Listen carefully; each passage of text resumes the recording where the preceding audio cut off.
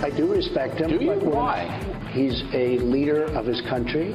I say it's better to get along with Russia than not. Donald Trump expresses his respect for Vladimir Putin in an interview with Fox News, adding that he would welcome any assistance from Moscow in fighting Islamic State.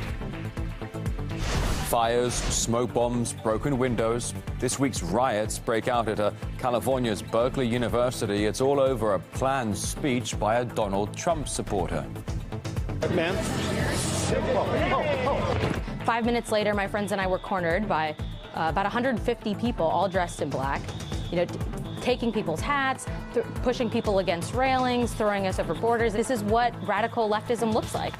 And in the wake of another terror attempt in France, even leftist hopefuls in the upcoming presidential election are starting to sound an awful lot like their right-wing rivals.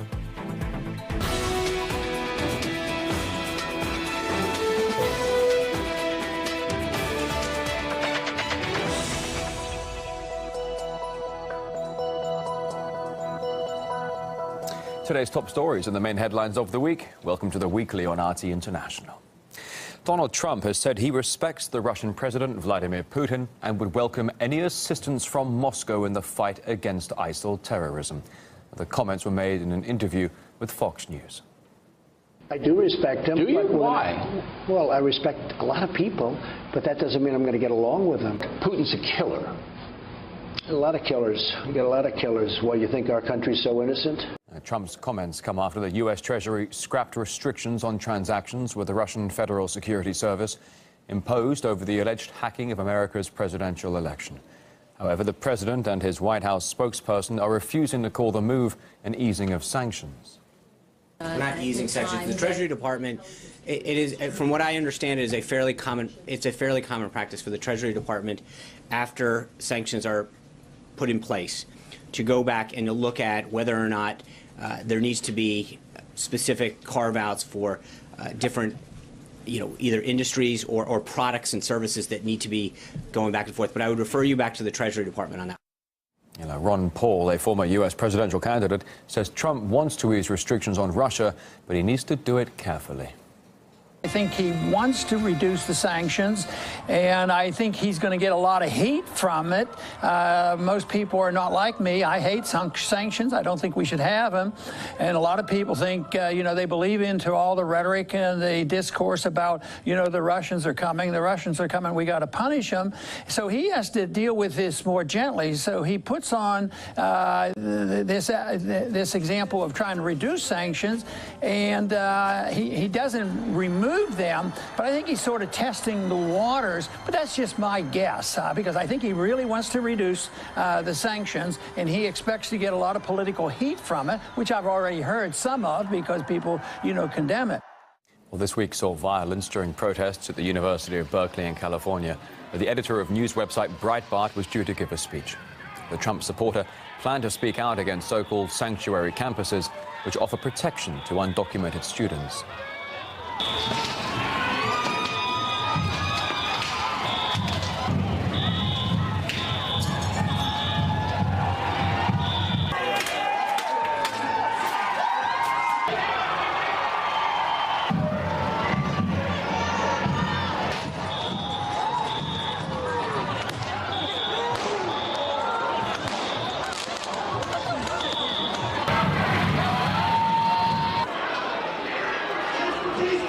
Activists smashed windows, including a building where Milo Yiannopoulos was supposed to give his speech. The rioters, masked in black, were armed with baseball bats and stones. Police declared a lockdown across the campus, using rubber bullets and tear gas against the crowds. And some of the protesters also tried to block traffic, even attacking a car they believe that Yiannopoulos was using to flee.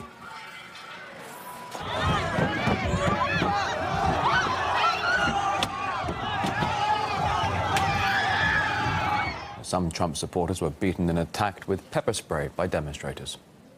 I'm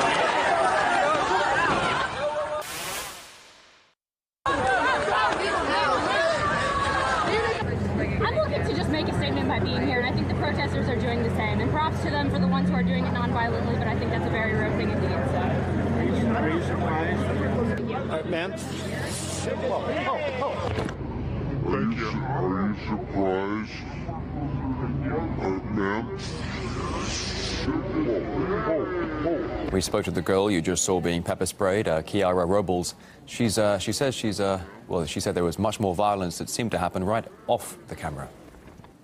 What you were watching there, what the viewers were watching there, was me essentially getting interviewed by, let's just say it, a very left-leaning journalist. Right after I'm giving him props for all of the peaceful protesters that were out there. Not even a second later, I'm getting pepper sprayed in the face. 5 minutes later, my friends and I were cornered by about 150 people, all dressed in black, taking people's hats, pushing people against railings, throwing us over borders. This is what radical leftism looks like. I should have known better. Like, I came prepared with a hat. Rioters came prepared with mace, batons, assault weapons. Like, I should have actually known. The socialist group on campus was publicly stating that they need to shut this event down. Shut it down. Well, what does shut it down mean? Is that not clear to you now what shut it down means? It's like, you didn't even get to see it in that pepper spray video. It was 10 times worse than that. In response to the riots, the university said it condemned the violence and unlawful behavior, saying it regrets a peaceful protest was overshadowed. But an American congresswoman dubbed the violent protests at Berkeley, quote, a beautiful sight. We have seen demonstrations, and I think we've already talked about that around the country. Young people at Berkeley protesting against this unconstitutional order. And so as we encourage our young people to get involved, I thought it was a beautiful sight.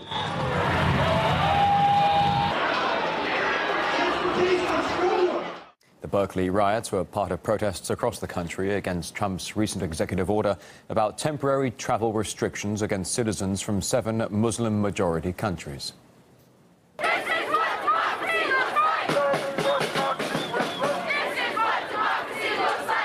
Yeah, the order was soon blocked by a judge and currently remains so after a federal court rejected an appeal by the Trump administration. It's the latest turn in the legal battle between the White House and the federal judge in Seattle who ordered the national halt on the order. The wave of resistance to Trump's policies has given some the impression that the country is at a war with its new president. However, an opinion poll released by Reuters this week found that more people agree with Trump's travel restrictions than disagree with it. And another recent poll showed 2/3 of likely American voters approve the temporary ban on refugees from Iraq, Syria, Iran, Libya, Somalia, Sudan and Yemen. Now, we can show you some of the protest hotspots in America, mostly along the coastal areas. Stronghold upper northeast, that's New York and Washington, D.C. And then over to the northwest is Seattle. That's where the original block on travel restrictions came from. RT's Caleb Mopan went further inland to find out why not all people there share the anti-Trump sentiment. After Trump won, chaos took hold in America's big cities.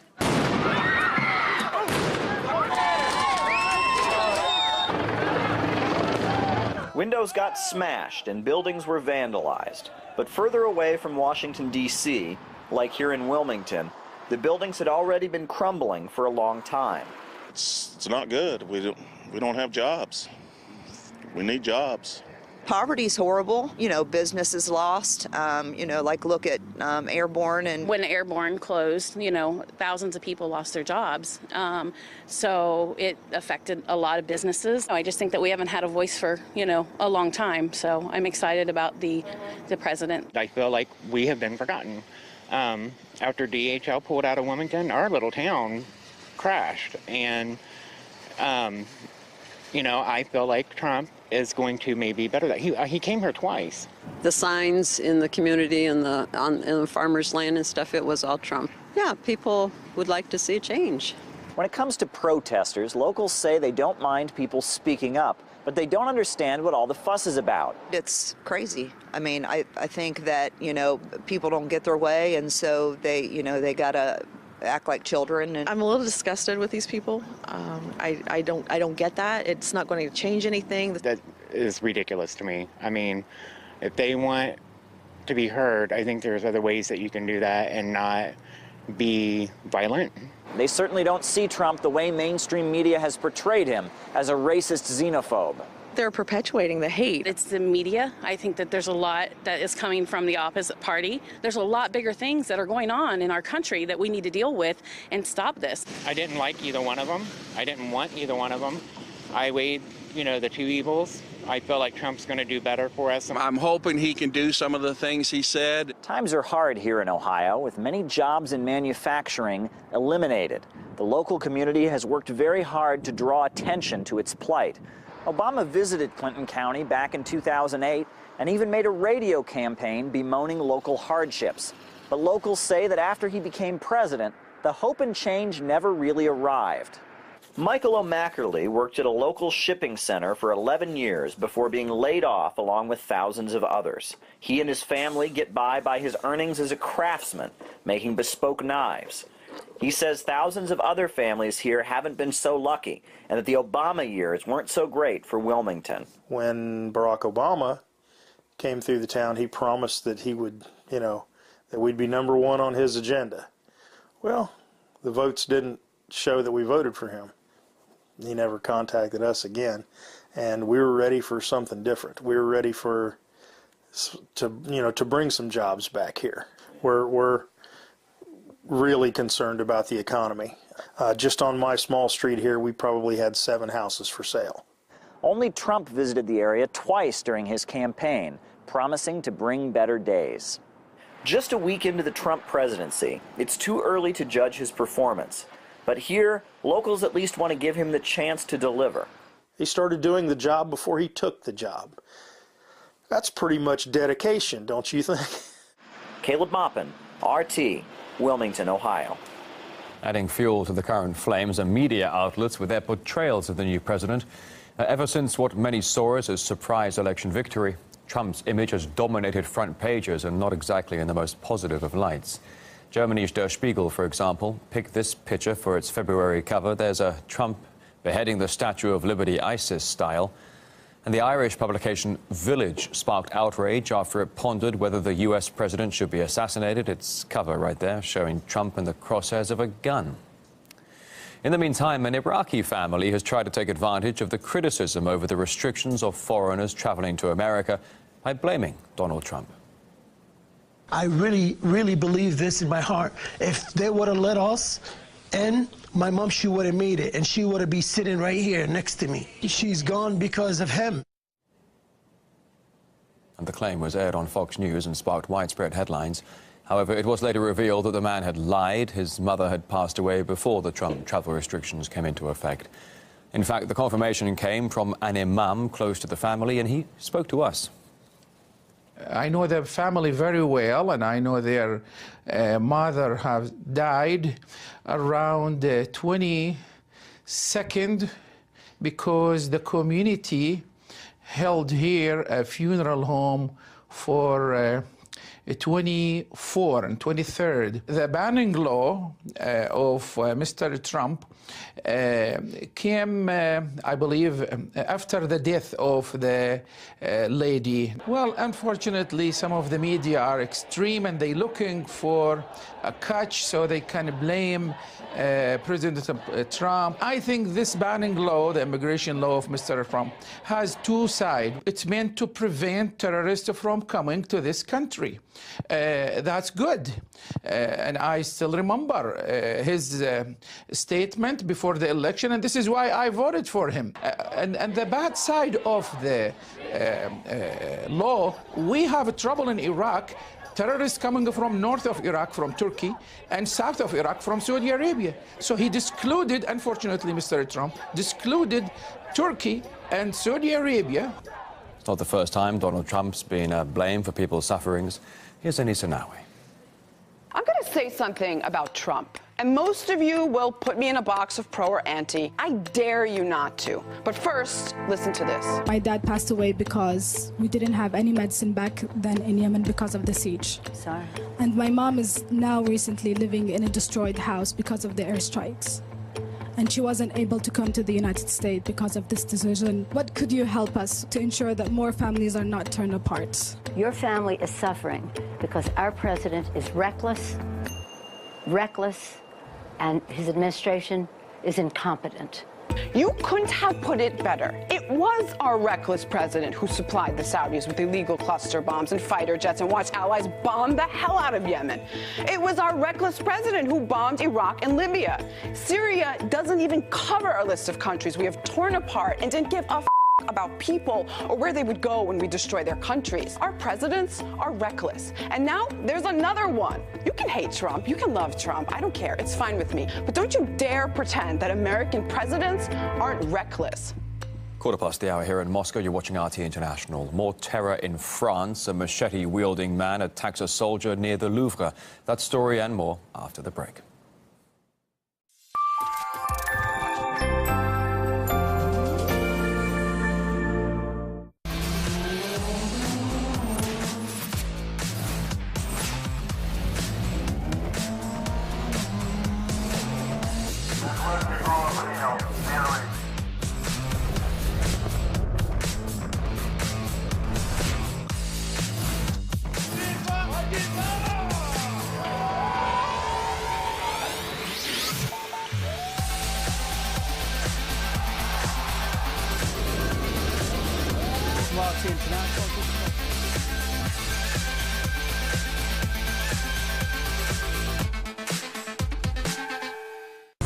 They're the war hawks selling you on the idea that dropping bombs brings peace, to the chicken hawks forcing you to fight in the battles that they start. The news hawks try to tell you that celebrity gossip and tabloid murder trials are the most important news of the day. While the hawks of advertising tell you that you are not cool enough unless you buy their product. Watching the hawks. Watching the hawks. These are the hawks that we, along with our audience, will be watching.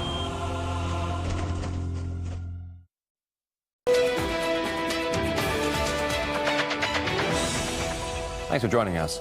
The row over Donald Trump's travel restrictions has spilled across the Atlantic, sparking heated debate among members of the European Parliament. I'm sure that it's a great shock to you to see that a genuinely elected Democrat is doing what he was put in to do. No, it is not because he is elected that he can go against human values and the values of the United States of America. It's about, fueling populism and nationalism for the moment, what the Trump administration is doing. Every time you dismiss them as racist or populists, this simply demonstrates an inability to offer a credible alternative. A travel ban can maybe give a temporary illusion of addressing the issue, but it can only create more frustration and anger. We need cooperation. Trump is motivated by protecting the United States of America from Islamic terrorism, whereas what has happened in this room and in governments around Europe is you have welcomed these people into your own homes. And the European Council President Donald Tusk has gone a step further and pushed back against Donald Trump, branding his administration an existential threat to the bloc, along with the likes of Russia, China, and, finally, radical Islam. Today we are dealing with threats which have previously not occurred, and increasingly, let's call it assertive China, especially on the seas, Russia's aggressive policy towards Ukraine and its neighbors, wars, terror and anarchy in the Middle East and in Africa, with radical Islam playing a major role, as well as worrying declarations by the new American administration, all make our future highly unpredictable. They're panicking. Not only Mr. Tusk, who is appalled, by the way, and of course who puts Russia among the enemies. If Europe is disintegrating, which is unfortunately reality, it's not because of Mr. Trump. It's not because of ISIS. It's because the Europeans don't believe in it anymore, and that they don't deliver a good work, neither in Parliament, nor the Council, nor the European Commission. That's clear to all now. I mean, we could see the end of the euro this year, and we blame Donald Trump. I mean, this is ridiculous. The spectre of terrorism again looms large in France after a machete-wielding man shouting "God is great" in Arabic tried to force his way into the Louvre Museum in Paris.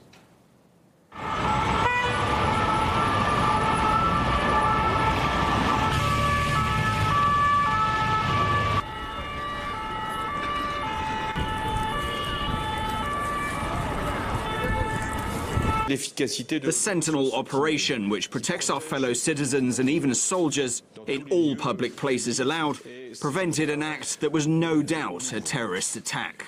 Well, the incident took place on Friday morning after a man carrying bags deemed suspicious was refused entry to the museum's shopping area. He then suddenly tried to attack a soldier with a machete. He was shot, and the attacker is now in hospital. Well, Donald Trump has commented on the latest attack, saying that America should get smart in the wake of what happened. However, experts told us France's leaders may need to be smarter themselves to deal with the situation. Quite obviously, the French government is always saying, yes, there has been one attack, there has been another attack, you have to get accustomed to. But it's absolutely impossible for common people, to get accustomed to this kind of thing. This attack is showing that there is some large security failure in the European Union and in France particularly. The French people are concerned about their safety. You know, you can't go to the Louvre without some lunatic brandishing machetes. This is unacceptable. It's all about saving their own faces because they are guilty of letting so many people in, among whom are terrorists. And that is a problem for the people of these various countries of Europe, and they are very angry with their governments. But despite the raft of atrocities carried out under the current French government's watch, President Hollande remains defiant. We in France have a defence policy. We fear nothing. One thing's for certain, this is likely to be the final nail in the coffin for the Socialist Party. This marks the 4th terror attack on French soil under their watch, leading to a loss of faith among the French people. Starting with the Charlie Hebdo attacks in January 2015, which killed 12 people, then the Paris attacks, which killed 130 people, and then followed by the Bastille Day attack in Nice, which killed 84 people, all incidents which contributed to President Hollande's popularity plummeting. He's now tagged with the label Mr. 4% in reference to his unpopular rating. He's been called the most unpopular French president since the Second World War. Meanwhile, the Prime Minister Manuel Valls caused outrage when he told the French people this. Times have changed, and we should learn to live with terrorism. And these are words which have impacted heavily on how the people see the socialists and trust their policies. So, if the ruling party have lost favour, what alternatives do the French people have? Well, until about 2 weeks ago, the clear favourite was the Republican François Fillon. But now he finds himself at the centre of a scandal after newspaper claims that his wife, Penelope, was paid some €1 million for a job that there's actually little evidence of her doing. An investigation has been opened, but even if no evidence is found, the damage may have already been done. We've seen his reputation take a major hit, with his popularity rating really plummeting to 38%. But one candidate who may see this terror attack work in her favour is the National Front's Marine Le Pen. Quite a controversial figure for her stance on migrants, among other things, but controversial no longer means impossible. After all, the outspoken non-PC Donald Trump has just been voted president of the United States, and his stance on migrants, along with his recent travel ban, are things which Marine Le Pen has openly praised. So there is a chance that these are the kinds of policies that the French people could view now in a different light, if this means France will become safer. I think that the presidency of Mr. Hollande is a complete failure, and that we can see in France today. You had many terror attacks. It's a complete failure. There is no other words to name it. People are simply fed up with the situation, with terror and with Islamism in France. It is going to have an impact. Which impact, I cannot say, since we do not know at this step who is going to be the candidate at the end of the day of the French right. Now, as the current French government tries to reassure the nation that everyone is safe, the presidential elections are approaching fast. The National Front's Marine Le Pen and ex-socialist turned independent Emmanuel Macron both chose to kick off their official campaigns in Lyon this weekend. Here's how Le Pen launched her bid. It is absolutely necessary to find the path to justice again, to put France back in order, to reinstate order in the judiciary, in diplomacy. I think I'm in a good position to do this. Marine Le Pen laid out her policies on Saturday. primary objectives being leaving the EU and the Eurozone, at least if relations with the bloc can't be renegotiated. She also stressed the need to make it easier to deport undocumented migrants and deny them French citizenship. In addition, she proposed banning all organizations linked to hardline Islam. Meanwhile, Emmanuel Macron hasn't presented any official manifesto yet, but at a rally speech, the former socialist sounded an awful lot like his National Front rival. We can no longer defend a political system that weakens democracy every day. We can no longer praise the European project without proposing at the same time another vision of Europe. I refuse to accept that a man in the name of religion can refuse to shake the hand of a woman. Secularism is a shield. It is a threat to no one. It is a freedom for all and a requirement for everyone. National Front member Patricia Chagnon says mainstream politicians are worried by the rise of anti-establishment sentiment and are having to borrow ideas. There is not a real programme yet. Mr Macron has not yet said anything about his programme. He is just going around France and driving people up and gaining support for people don't know what. I think that what has happened over the past couple of months is that the mainstream politicians of the traditional parties have realised after that the British people voted for Brexit and after the American people voted for Trump that there is some truth in the way the people feel about things and that the people actually hold the power to change politicians and to get rid of the mainstream politicians. They have become very worried and are maybe looking to adapt their programmes. But who wants the imitation? Up next, here on RT International, a report on the massive transatlantic trade and investment partnership deal tossed on the scrap heap by President Donald Trump.